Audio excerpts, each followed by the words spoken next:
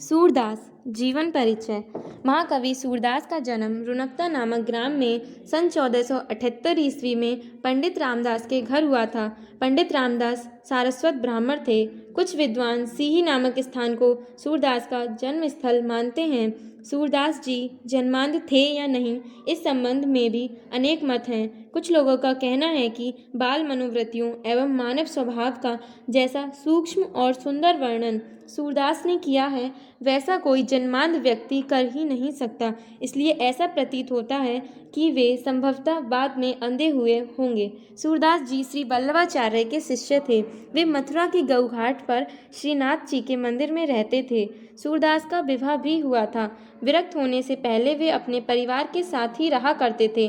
पहले वे दीनता के पद गाया करते थे, किंतु वल्लभाचार्य जी के संपर्क में आने के बाद वे कृष्ण लीला का गान करने लगे। कहा जाता है कि एक बार मथुरा में सूरदास जी से तुलसी की भेंट हुई थी और धीरे धीरे दोनों में प्रेम भाव बढ़ गया था। सूर से प्रभावित होकर ही तुलसीदास जी ने श्री कृष्ण गीतावली की रचना की थी। सूरदास जी की मृत्यु सन 1583 ईस्वी में गोवर्धन के पास पारसौली नामक ग्राम में हुई थी। मृत्यु के समय महाप्रभु वल्लभाचार्य के सुपुत्र विट्ठलनाथ जी वहां उपस्थित थे। अंतिम समय में सूरदास जी ने गुरु वंदना संबंधी यह पद गाया था। भरोसो दृढ़ इन चरणन केरो, श्री बल्लभ नख छंद छटा बिनु सब जाग मांझ अंधेरो। कृतियाँ। कृष्ण भक्ति काव्यधारा के भक्त शिरोमणि सूरदास ने लगभग 1.25 लाख पदों की रचना की थी। काशी नागरी प्रचारिणी सभा की खोज तथा पुस्तकालय में सुरक्षित नामावली के अनुसार सूरदास के ग्रंथों की संख्या 25 मानी जाती है, किंतु उनके 3 ग्रंथ ही उपलब्ध हुए हैं: सूरसागर, सूरसारावली, साहित्य लहरी।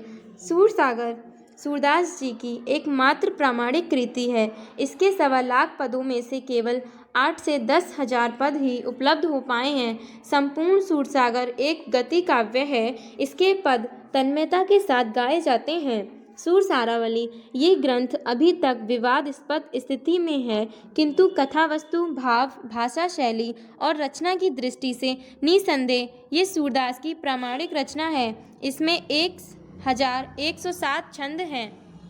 साहित्य लहरी।